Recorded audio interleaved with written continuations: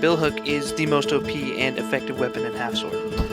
Now, I'm sure other YouTubers don't agree with me here, but I don't know another weapon that's so effective against armored people and unarmored people. But I, the Country Toads, am here to show you not only how to use it, but how I have managed to master it. The unenlightened among you might think, "Ooh, long pointy thing, must be spear, must stab." Just like in real life, a billhook is a lot like a poleaxe. It's kind of like a great value, cheaper version of a poleaxe, but it has its own upsides. Every weapon has an effective range. Since weapons like swords have a long blade, you have a wide range at which you can actually damage and hurt your enemy. If your opponent is too far, you can't damage them at all, and if they're too close, all you can do is blunt damage if you can even do damage. With that in mind, whenever you're engaging an enemy, you should focus on keeping that enemy within your effective range, which is why I wanted to highlight the billhook. You have the most range out of any other weapon in this whole game, and it is incredibly variable. You can effectively snipe your opponent and take them out at long range. And if that was all, it would be an A-tier weapon. Definitely really good, but not the best. But I'm trying to argue that this is the best weapon, and that's where that second factor comes into play, the variability of its range. And surprisingly, this translates into control, more specifically control your fights. I think you'll notice that when you use this weapon, it's hard to control. As you'll note from this clip, however, I can position myself where I want to be, and I can position my opponents where I want them to be by utilizing the leverage. And I can vary my effective range, giving me complete control over the fight. Okay, I'm going to show you how to use your range and its variability, and I'm going to show you how to control fights and a couple other little techniques. Approach your dummy with the billhook, but not this gross one. This one is so inferior to the other one. When you swing, be slow and deliberate, and remember how I have taught you to turn down your mouse sensitivity. And if you'll notice, as I make each swing, after I go past the middle point, I can switch hands. If you switch hands before that, your hands will get all caught up. Now, once you're comfortable with that, you can feel free to half pull your billhook, which will decrease your effective range. However, it lets you hit people effectively up close.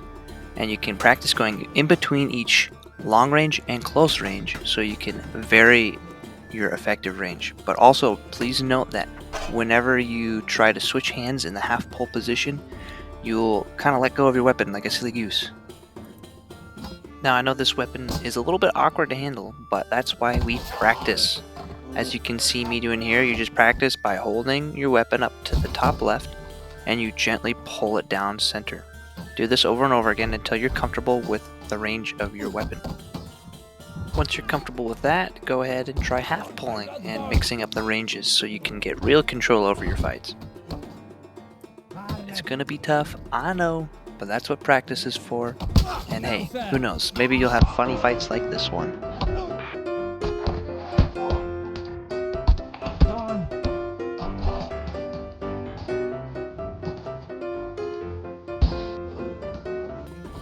Oh, and one more cool trick. If you found that your billhook has landed on the right shoulder, either you missed or you purposely placed it there, if you quickly right click, and sometimes you might need to pull down into the right, you run the blade really fast past their neck, and I'm sure you can guess what happens. Now I've taught you everything you know about billhooking, but I haven't taught you everything I know. Ladies and gentlemen, allow me to show you how I have mastered the potential of the billhook.